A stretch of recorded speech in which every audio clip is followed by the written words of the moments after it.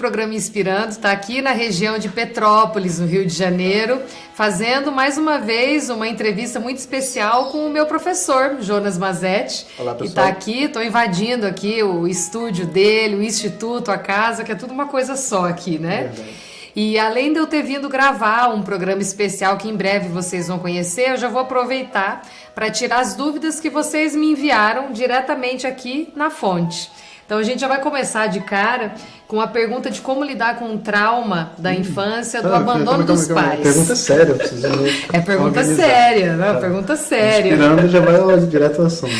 Então é uma das perguntas que não foi só uma pessoa que falou. Como que ela lida agora na vida adulta com o trauma do abandono do pai? Ela perdeu a referência do pai cedo. O pai abandonou quando era criança e ela não consegue relacionamentos saudáveis, são sempre abusivos e opressores, ela não consegue dizer não.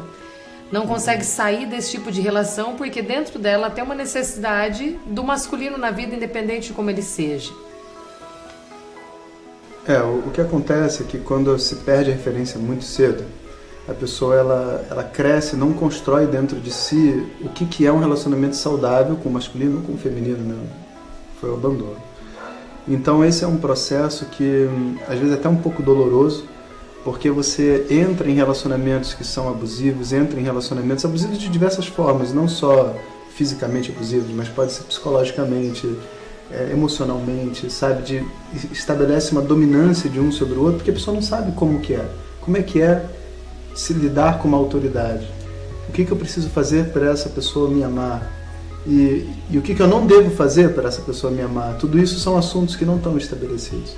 Então, assim, a primeira coisa é buscar ajuda. Porque como você tem, vamos dizer, uma falta no passado, aprender tudo isso depois de adulto, às vezes dá muito trabalho e você, sabe, dá murro em ponta de faca, porque você não sabe o que você tem que fazer. Então, a presença de um terapeuta, para mim, é a coisa mais fundamental. A outra coisa é saber que essa é a sua história. E que ela não vai mudar no sentido de você não vai de repente se tornar uma pessoa equilibrada. Não. É que muita gente acha que tem que esquecer o passado, né? Isso não vai acontecer. Você precisa incorporar isso à sua realidade do momento presente. Porque da mesma maneira que existem muitas pessoas que foram abandonadas pelo pai, vão ter outras pessoas que foram abusadas de outras maneiras pelos seus pais. Então você vai encontrar uma cara metade que consegue estabelecer um relacionamento com você que seja saudável, mesmo que não seja um relacionamento que a maioria das pessoas entenda, porque eles não foram abandonados como você foi, ou não foram abusados como você foi.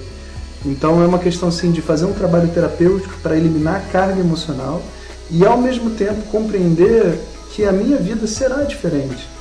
Ela vai ser diferente, eu não tenho nenhum problema nisso, é a minha vida e está tudo bem. Todos nós carregamos aspectos diferentes dentro da vida. Então, essa não resistência é a principal coisa. A hora que a pessoa resiste, quer ter uma vida normal e ela se força a viver uma coisa que ela não está preparada, às vezes, para viver, ela só se frustra e não cresce. Entende? A outra parte, assim, que muita gente fala é sobre a inteligência emocional, que agora está na moda. Sim. Inteligência emocional, coaching emocional, esse tipo de ajuda. Para isso tá tanto à tona, tá mostrando que as pessoas não têm um conhecimento sobre as suas emoções. E como que é possível uma pessoa nesse mundo louco que a gente vive, atropelado pelo consumismo, e subir de cargo e ser sempre o melhor, ter isso, aquilo... Como que é possível a pessoa que se perdeu, que não consegue mais expressar o que ela sente nas palavras, se reconectar de novo com conseguir expressar suas emoções de uma forma inteligente? Sendo sincero, não é possível. Porque a pessoa fica presa dentro de uma vida, achando que a vida dela é o máximo. Ela não vai sair. Mas Deus escreveu a coisa de uma determinada maneira, de que acabam acontecendo situações tão fortes na vida da pessoa, às vezes desgraças, e às vezes até falsos sucessos, onde a pessoa se leva a pensar sobre tudo que ela viveu, tudo que ela faz. Então eu conheço alguns alunos que viveram coisas assim do tipo, ele achava que a vida dela era perfeita, inclusive quando eu falava de sofrimento na aula, a pessoa falava, que sofrimento? Tipo assim, não tem sofrimento. Aí um belo dia, sabe, o pilar da vida da pessoa, às vezes um filho, às vezes um pai, se vai. nesse dia toda essa ideia fantasiosa desmorona, sabe? Então é como se a pessoa que não consegue entender o valor, sabe, o valor humano das suas relações e das suas emoções, ela vivesse numa espécie de uma bolha, sabe? E ela não sai sozinha. Ela só sai quando o universo dá a ela uma oportunidade de refletir. E aí que eu acho que é o gancho, você entende até a importância do seu programa e de diversas outras iniciativas que tem no mundo, porque quando a pessoa para refletir e tem alguém falando algo lúcido para ela, ela acorda. Ela fala, poxa, isso faz sentido. O que a Gisana está falando está fazendo sentido. Eu realmente não quero viver dessa maneira. Então ela encontra um caminho, sabe? Então assim, se você vive, né, em casa um relacionamento muito difícil, uma vida travada, e de repente você vê algo que faz sentido, o que você tem que fazer é ir na direção da luz, sabe? Você tem que ir na direção da luz, não tem nenhuma outra forma, sabe? E tem muita gente que não tem essa coragem, né, de sair daquela vidinha que ela leva mesmo estando infeliz. E reclama e vai arrastando, e nisso arrasta os filhos nessa frustração. O que você pode dizer, sei lá, para dar uma levantada? Ou tem gente que vai ser assim mesmo e não muda? Muita gente não vai conseguir sair dessa situação, mas o que você falou está corretíssimo. Existe uma necessidade, sabe, de tomar para si a responsabilidade do seu crescimento. Todo ponto é entender que o nosso crescimento emocional, a nossa maturidade, ela não é um processo natural e automático. É um processo que exige suor, exige o empenho, existe a decisão de crescer. Sabe, que as pessoas não entendem isso. Elas acham que crescer é um processo que ocorre com o tempo, cabelo branco. Não. Envelhecimento é com o tempo. Crescimento exige uma decisão. Eu quero crescer. Eu quero ser melhor. Eu quero fazer o melhor que eu puder. Eu quero ser uma pessoa melhor. Eu quero poder contribuir para a minha família de uma maneira melhor.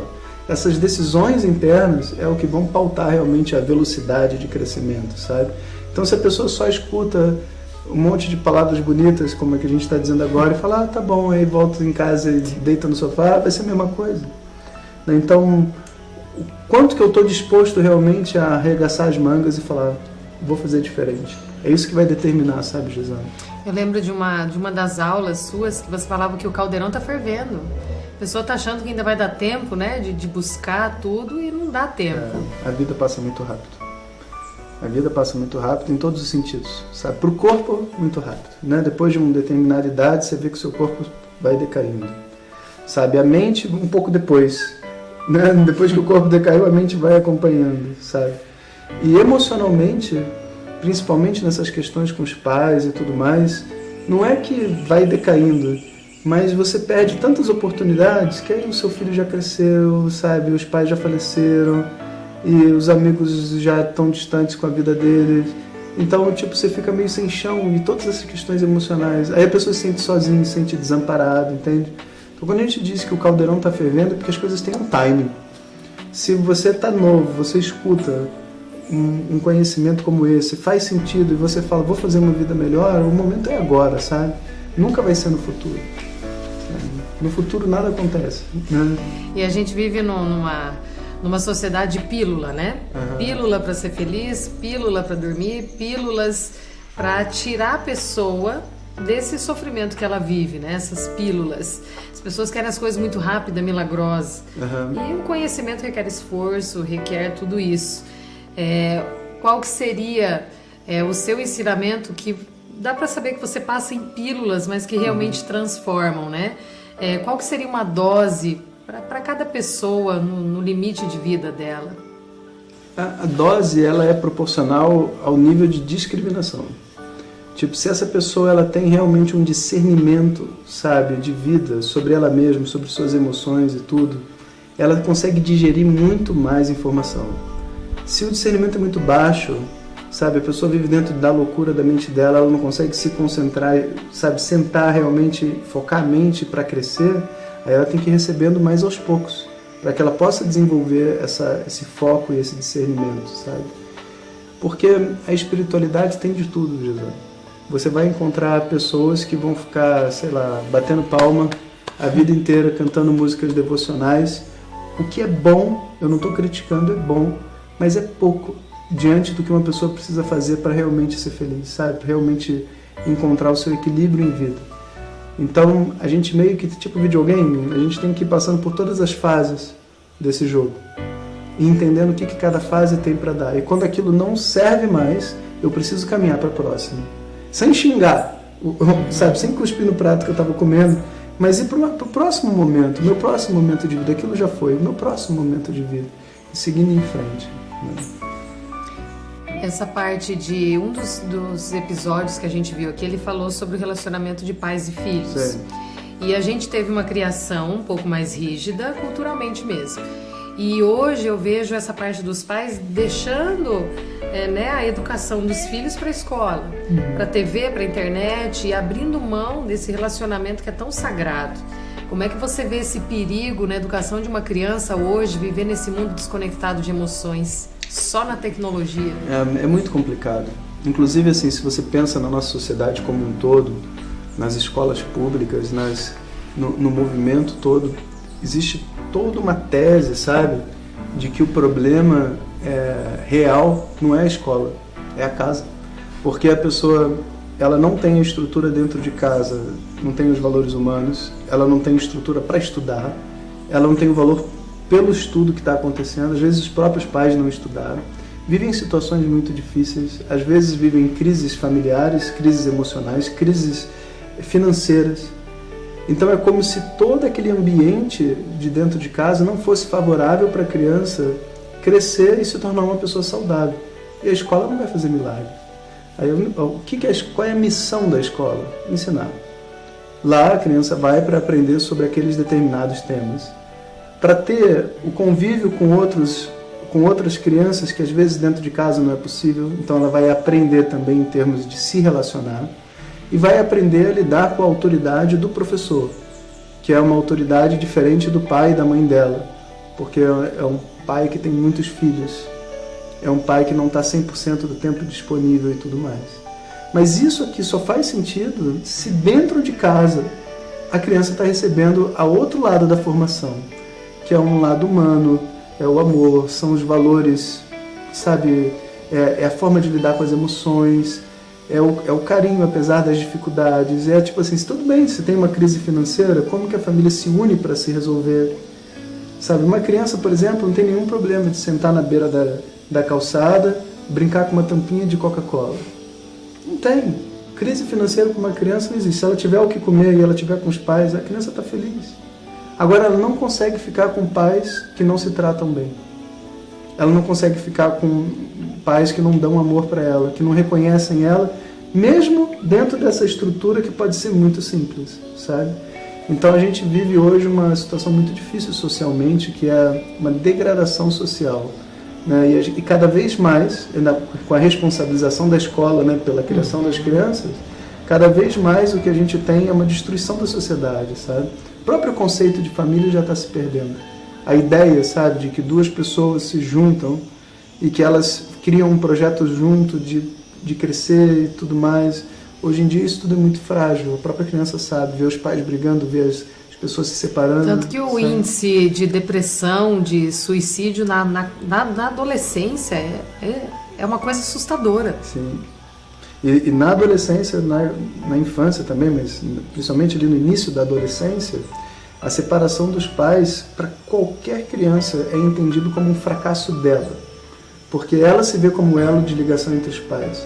Então, quando a criança, tipo assim, vê que os pais estão se separando, eles estão se separando porque eles não gostam mais de mim.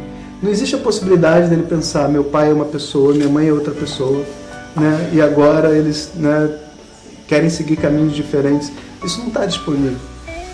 Aquele eguinho ainda, ele está muito frágil. E ele depende daquelas duas imagens. E se aquelas duas imagens estão se afastando, que ele é muito ameaçador. Mas vê só, falando isso, parece que eu estou advocando que as pessoas não devem se divorciar, mas não é verdade. Porque isso ainda é melhor do que ter duas pessoas brigando dentro de casa, sabe? O ponto todo é que as duas pessoas felizes dentro de casa não existe mais.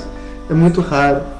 Então, aí agora a sociedade está se readaptando a isso, né? Então, na verdade, a única forma que a gente teria, assim, de, vamos dizer assim, dar um gás na nossa sociedade, sabe, de crescimento, seria preparar os novos casais para serem capazes de entender o que é um relacionamento, sabe? E ver se eles estão realmente afim daquilo ali, sabe? O que é essa proposta. Porque não tem nenhum problema o paradigma mudar. Não tem nenhum problema ter separação.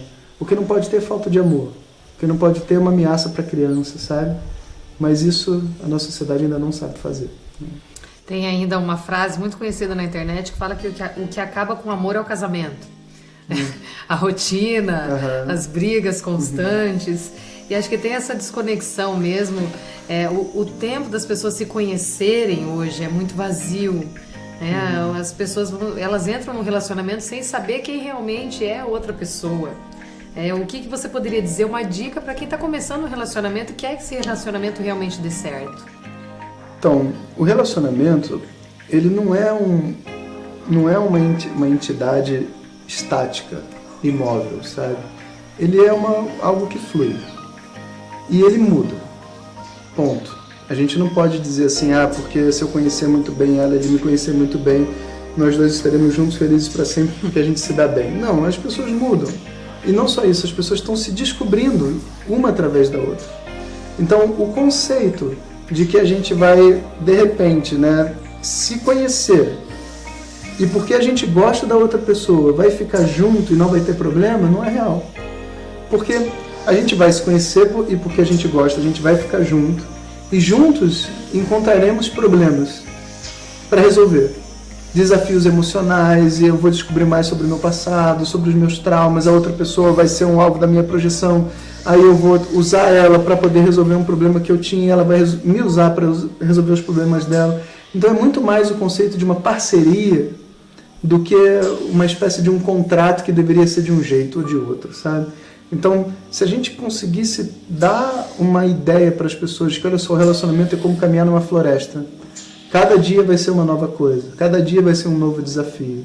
E não tem nenhum problema se um dia a gente resolver seguir por caminhos diferentes na floresta, tá tudo bem. Porque somos pessoas, somos livres e tá tudo bem. Mas eu não posso criar na minha cabeça que eu sei o que vai acontecer, ou que nós somos compatíveis e somos... Não, isso tudo são muitas fantasias. As pessoas estão juntas num relacionamento para descobrir coisas novas todos os dias, né? Então, eu acho que esse conceito é um conceito que precisa ser absorvido pela nossa sociedade. E usando de uma franqueza mesmo, um relacionamento que já está frustrado, que não teve esse entendimento antes, mas ainda há ali pelo menos um carinho e um respeito entre esse casal. Relacionamento já que tem 15 anos juntos, que envolve filho, envolve uma parceria financeira.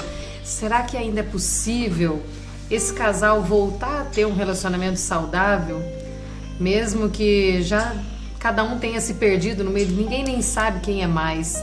Isso eu recebo muito, sabe, professor? Não caiu na rotina, na monotonia, a gente não tem mais aquela paixão. E é uma ilusão, né? A pessoa achar que essa paixão é eterna. Como que é possível um casal que ainda tem um fiozinho ali de chance de voltar a ser um casal feliz, digamos, nessa relação? O que daria para esse casal fazer como uma iniciativa? Então, sendo muito sincero, né, quando existe esse afastamento das duas pessoas, obviamente vai ter alguma afinidade, né, tem um fiozinho, porque senão eles não estariam juntos, mas existe um afastamento assim, substancial. Muitas vezes não tem mais sexo, muitas vezes não tem mais carinho, muitas vezes não se dorme nem mais na mesma casa, sabe? A gente precisa primeiro compreender o que a gente está vivendo. A gente não está vivendo um relacionamento na sua plenitude. Apesar de ser um relacionamento, não é um relacionamento na sua plenitude. E as duas pessoas mudaram muito. Então a gente vai precisar ressignificar. Ressignificar o que é esse relacionamento, quem sou eu, o que é o outro. E muitas vezes as pessoas com medo de perder esse fiozinho, elas não querem tocar nesse assunto, sabe? Vamos deixar do jeito que tá, porque tá indo bem, eu já tô velha, outra pessoa já tá... Não, mas isso não funciona assim, porque...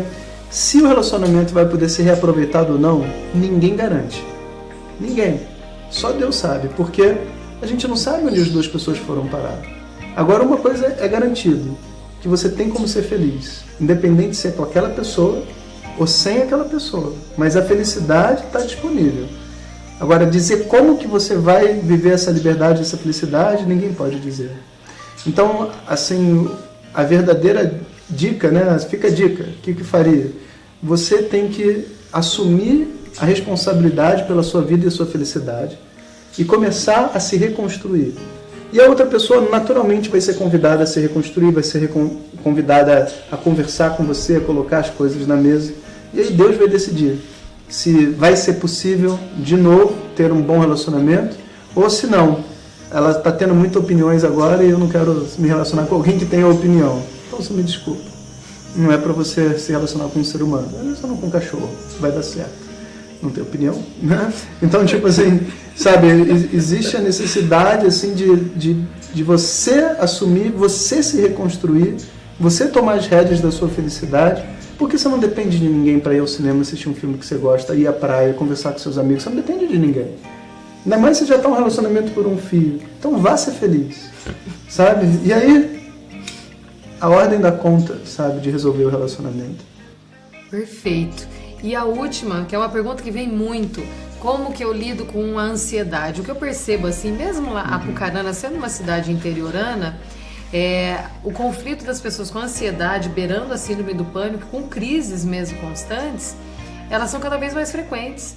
Então não está restrito mais à cidade grande, como Rio de Janeiro, São Paulo. Claro, Está alcançando todo mundo. Porque a mente chega nesse limite, onde a pessoa se perdeu nesse caminho de um controle interno, e por onde ela começa para reverter, porque você percebe que por mais que a pessoa faça terapias, tratamentos com medicamentos e tudo, essa ansiedade, ela continua pairando a vida da pessoa. A gente não pode generalizar, né? Porque cada pessoa tem um passado diferente e a causa da ansiedade, que a ansiedade é um sintoma, pode ser diferente. Mas existe um entendimento comum dentro da espiritualidade da ansiedade ter como causa a falta de desapego. Então, um dos instrumentos mais fortes para se trabalhar a ansiedade é o desapego, porque a ansiedade prevê que algo vai acontecer e você está esperando aquele algo, e aquele algo que vai mudar a sua vida, para ruim ou para bom, né? Sabe? Tipo, vai mudar a sua vida. Então, o desapego, que é você ser capaz de olhar para essas coisas e ver, cara, que não vai mudar nada. Não vai mudar nada se isso acontecer ou se aquilo não acontecer, é o que pode me trazer de volta. E não, sabe, Gesana, ficar nutrindo dentro de si aquelas fantasias de que a gente, sabe, se aquilo acontecer vai ser muito bom, aí sim, aí não sei onde. Não. É meio que chamar para a realidade, falar assim, olha, não vai acontecer. Mesmo se, né, tal coisa acontecer, minha vida não vai ser diferente. E o oposto também, se aquilo ali não acontecer, não acabou o mundo. Porque a mente de um ansioso mesmo fica projetando o ruim, na maioria das vezes, né? Que não vai dar certo e o que vai acontecer se aquilo não der certo. Mas tem gente que projeta também sucessos fantasiosos. Aí não consegue lidar com a frustração depois. Exato. E aí, tipo assim, até, por exemplo, tem gente que chega, por exemplo, para fazer um negócio, aí ela vai negociar um terreno. E ela fica imaginando que a pessoa vai baixar o preço. E aí, a ansiedade de querer que a pessoa baixe o preço faz ela dizer já, tipo assim, eu quero tanto, de uma maneira que você é um ataque para outra pessoa. Mesmo se ela fosse baixar o preço, ela já não baixa, porque foi pedido por um ansioso descompensado, sabe? Então, essa compreensão dos dois lados. A ansiedade é sofrimento. É o sofrimento da pessoa que quer alguma coisa muito boa que não está acontecendo. O sofrimento de uma pessoa que quer evitar uma coisa muito ruim que não sabe se vai acontecer. Então, a única forma é tendo desapego. É desenvolvendo o desapego. Uma meditação que você poderia passar, uma meditação rápida, porque o ansioso não aguenta logo de cara uma meditação longa. Exato. Então, se você poderia passar para as pessoas, para a gente encerrar esse programa assim, fechando com uma quietude interna, se você podia passar uma meditaçãozinha para uma pessoa que está ansiosa se reconectar um pouquinho com essa quietude. A meditação, que na minha opinião é a mais importante da gente aprender, é a meditação da respiração. Sabe? Então, porque com a respiração a gente tem a capacidade muito assim, aguçada, muito grande de segurar a nossa mente, sabe? Então você senta com o corpo reto, né? Como se a gente estivesse aqui, coloca os pés no chão, se estiver na cadeira, relaxa os braços, sabe? E simplesmente fecha os olhos, inspira profundamente pelo nariz e solta pelo nariz. Aí de novo inspira solta. Aí a gente faz 3 vezes, sabe, Gisana? Na terceira vez só que realmente a gente sente que relaxou. Começa já pelo ombro, né? Você já sente. Você já sente. Aí houve um relaxamento, sabe? Aí você pega alguma coisa que te conecte com uma sensação muito boa, como por exemplo uma música, sabe? Uma música, talvez uma música clássica que não tenha palavras, sabe? Senta em algum lugar virado para a natureza, simplesmente escuta a música. Aí o exercício não é você, sabe, só mergulhar dentro da música. O exercício é, na medida que você for fazendo, naturalmente a sua mente, durante a música, vai viajar. Vai começar a falar de problemas, vai se lembrar de você. Esse é o problema de que a gente não consegue meditar, achar que a mente para. A mente não para. O exercício é trazer a mente de volta. E aí você só treina a sua mente a dizer assim, olha só, esse problema que você está me trazendo agora, dona mente, não será resolvido agora, porque agora eu estou ouvindo música. Então, guarda lá, daqui a pouco a gente resolve. E volta para a respiração. Acalmou, fica na música. Viajou, traz para a respiração. Sabe? É um exercício muito gostoso. Né? E é simples e qualquer um pode fazer, né? Fazer. E tem gente que fala que não tem tempo para meditar. O que você fala para a pessoa? Tem tempo para Facebook, tem tempo para meditar. Essa é clássica. Quem tem tempo né? para Facebook, tem tempo para meditar. Tem tempo para WhatsApp, tem tempo para meditar. Não é 2 horas de meditação, é 5 minutos. Quem não pode, num dia de 24 horas, sentar 5 minutos para sua própria saúde e meditar? Come on, né? Claro que dá. Né? Só tem que ter o desejo de fazer, né? Tem que ter realmente... Não vamos falar assim, eu quero crescer, vou fazer a minha parte. A pessoa se organiza, né? Como tudo na vida. Muito obrigado pela presença. Obrigado a você, de novo Gisana. Aqui, pelas dicas valiosíssimas. E que venham próximas vezes para a gente falar mais um pouquinho desses assuntos fortes. E você que acompanha o Inspirando aí, fica ligadinho que tem uma série muito especial em breve que vai estar aqui. E continue mandando suas dúvidas. Tem o meu Facebook, tem o Instagram, tem o meu contato passando aí embaixo. E também do professor Jonas Mazetti, com o canal dele, a página do Facebook, para você ver que lidar com as emoções não é uma coisa tão simples, mas que é possível sim você se reconectar e reencontrar essa paz que você já é, que não está do lado de fora, que ela está aqui dentro. E o programa Inspirando está aqui para isso, para levar você esse novo olhar sobre as emoções, abrir a sua mente para esse novo olhar de ver a sua própria vida.